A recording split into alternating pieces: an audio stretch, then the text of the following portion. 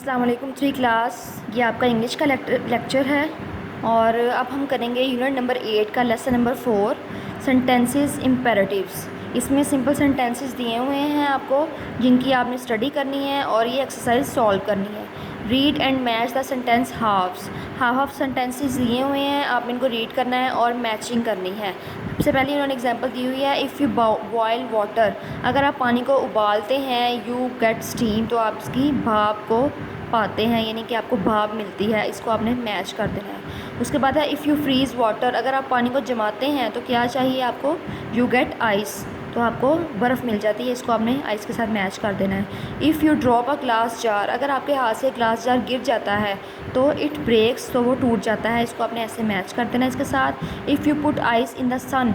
अगर आप सूरज की रोशनी में बर्फ़ को रखते हैं तो इट मेल्ट्स, तो वो पिघल जाती है। इसको आपने मैच कर देना है। If you put a candle और if you put a bottle of water in the fridge. अगर आप फ्रिज में एक पानी की बॉटल रखते हैं तो यू कूल इट, तो ये आप इसको ठंडा करते हैं, ठंडा हो जाता है। इसको आपने मैच कर देना है। उसके बाद आता है question number 2, use one of these verbs to complete the sentences.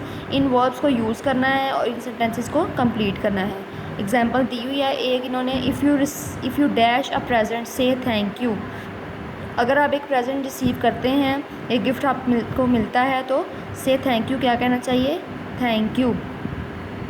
If you dash hot turn on the fan. अगर आप गर्मी महसूस करते हैं, अगर आप गर्म हो रहे हैं, तो टर्न ऑन फ़ैन, पंखा चला दीजिए। यहाँ आएगा are, if you are hot. उसके बाद है if you dash a book from a friend. अगर आप अपनी फ्रेंड से एक बुक डैश यानी कि बोरो, उधार लेते हैं, यहाँ पे आप वर्ड है बोरो, बोरो कर लिखेंगे यहाँ पे। Don't keep it for ever, तो उसको हमेशा अपने पास ना रखें।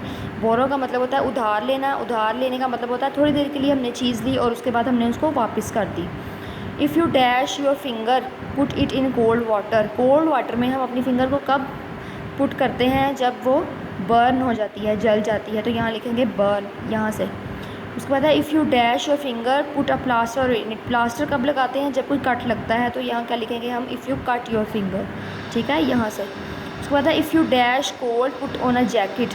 अगर आपको सर्दी महसूस हो रही है, यहाँ रिसीव भी आ सकता है, यहाँ पे आप फील भी लिख सकते हैं। If you feel cold put on a jacket, ठीक है, तो जैकेट पहन लीजिए। आप रिसीव को काट दीजिए, आप सिर्फ फील लिख लीजिए यहाँ पे, ठीक है। If you feel cold. If your friends dash thirsty.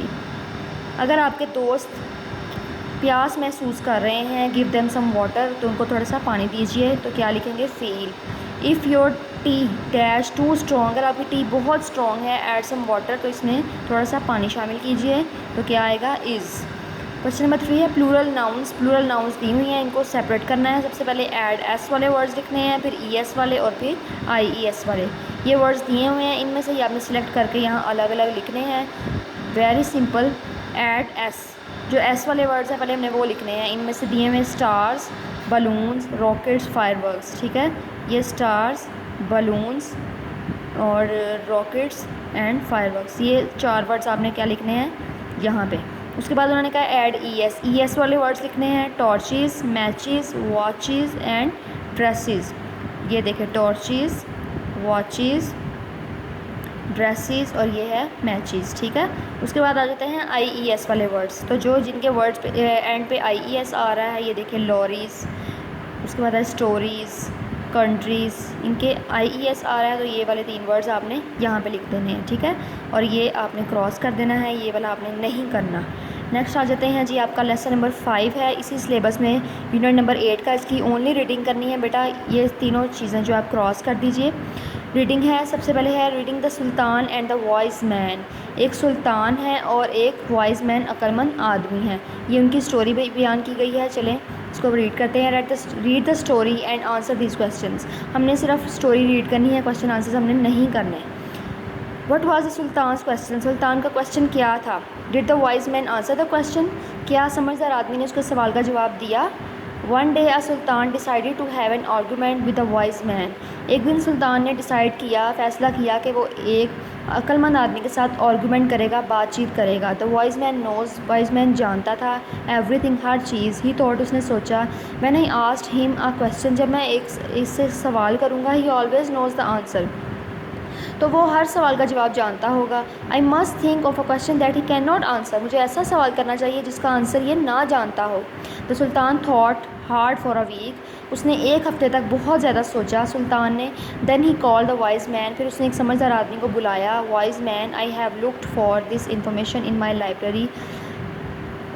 Voice man उसको मुखातिब किया कि I have looked for this information in my library, मैंने काफ़ी देर से अपनी लाइब्रेरी में ये मालूमात जो है वो तलाश कर रहा था, but I can't find it, लेकिन मुझे नहीं मिली। माई क्वेश्चन इज़ दिस, मेरा सवाल ये है, how many grains of sand are there in the whole world. देखें उसने क्या सवाल किया है कि रेत के ज़र्रात के बारे में पूछ रहा है कि इस पूरी दुनिया में रेत के कितने ज़र्रात हैं। वो क्वेश्चन देखें ऐसा कर रहा है कि वो जवाब ही ना दे पाए उसका। The wise man thought silently for a minute, उसने खामोशी से 1 मिनट के लिए सोचा वाइज मैन ने। देन ही आंसर, उसने जवाब दिया। सुल्तान, मुखातिब किया उसको, sultan this information is not in your library, ये आपकी लाइब्रेरी में इंफॉर्मेशन नहीं है। हाउ एवर, ताहम I can find the answer for you, लेकिन मैं इसका जवाब आपके लिए तलाश कर सकता हूँ।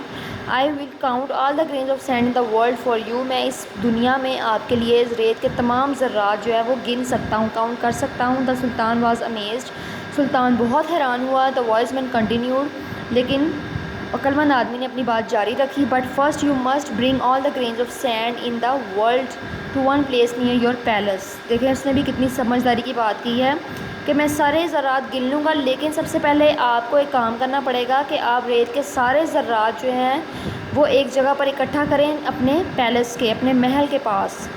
वो काम तो ये कर ही नहीं सकता था। You must collect all the sand from the deserts, आपको तमाम सहराओं से सारी रेत जो है इकट्ठी करनी पड़ेगी।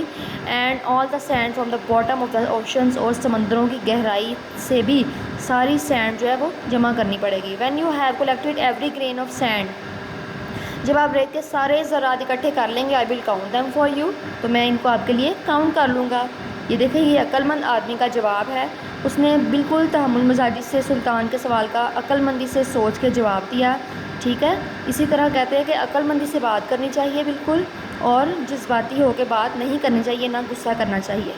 ठीक है, बस आपकी ये रीडिंग है, आपने रीडिंग करनी है। जिस चीज़ के क्वेश्चन की समझ ना आए, जिस भी चीज़ की समझ ना आए, आपने कमेंट्स में क्वेश्चन कर लेना है। अल्लाह हाफिज़।